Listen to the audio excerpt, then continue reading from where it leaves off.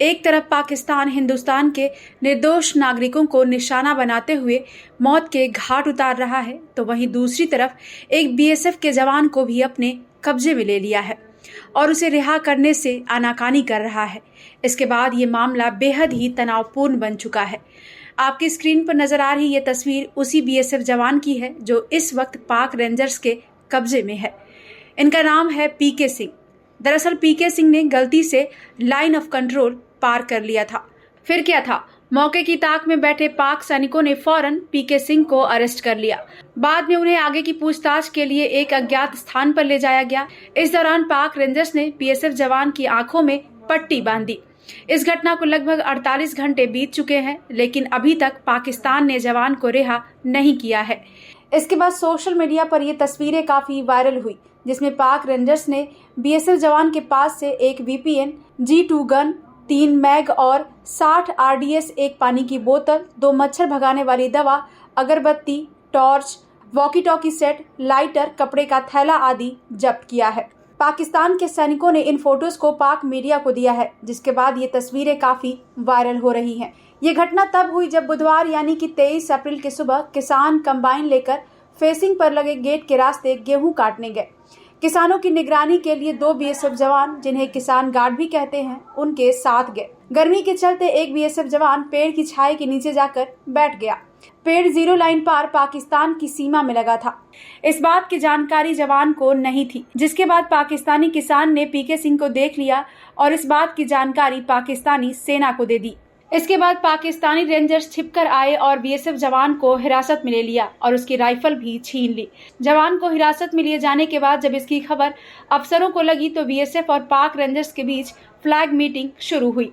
इस दौरान पाक रेंजर्स को जानकारी दी गई कि पीके सिंह को आए हुए यहाँ कुछ दिन ही बीते हैं, उसे बॉर्डर लाइन के बारे में कोई जानकारी नहीं है। रिपोर्ट्स के मुताबिक भारत ने कड़ा रुख अपनाते हुए जल्द रिहाई की मांग की है।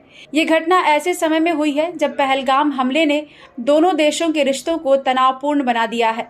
इस तरह के बॉर्डर क्रॉसिंग के मामले आमतौर पर कूटनीतिक प्रोटोकॉल के तहत जल्द ही सुलझ जाते हैं, लेकिन पहलगाम हमले ने दोनों देशों के रिश्ते को और भी जटिल बना दिया है।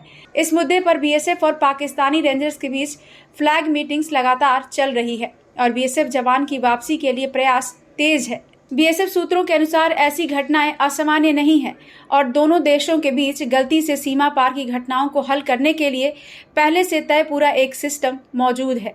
बीएसएफ जवान की रिहाई में देरी को जानबूझकर उकसावे की तरह माना जा सकता है। भारत ने इसे लेकर किसी भी तरह की कार्रवाई की चेतावनी नहीं दी है, लेकिन पाकिस्तान को याद रखना चाहिए कि भारत अपने सैनिक के लिए हमला भी कर सकता है। दरअसल साल 2019 में भारतीय पायलट अभिनंदन वर्धमान की रिहाई के लिए भारत ने सख्त कूटनीतिक और सैन्य दबाव बनाया था। उस वक्त के प्रधानमंत्री इमरान खान ने तब कहा था कि हम गुडविल दिखाते हुए भारतीय पायलट को छोड़ रहे हैं, लेकिन असल बात ये थी कि पाकिस्तान को भारत के हमले का डर था। साल 2020 में पाकिस्तानी सांसद अयाज सादिक ने खुलासा किया था कि विदेश मंत्री शाह महमूद कुरैशी ने कहा कि अगर अभिनंदन को नहीं छोड़ा गया तो भारत रात 9 बजे हमला कर देगा। सादिक के मुताबिक तत्कालीन सेना प्रमुख कमर जावेद बाजवा के पैर कांप रहे थे और पसीना छूट रहा था। भारत और पाकिस्तान में अगर तनाव बढ़ा तो असीम मुनीर के लिए मुश्किलें दोगुनी हो सकती हैं। भारत के साथ युद्ध में उलझने से पाकिस्तान में बैठे आतंकी समूह जैसे तहरीके तालिबान और बलोच विद्रोहियों को पाकिस्तानी सेना पर हमला करने का मौका मिल जाएगा। ये पाकिस्तान के लिए आगे कुआं पीछे खाई की स्थिति होगी।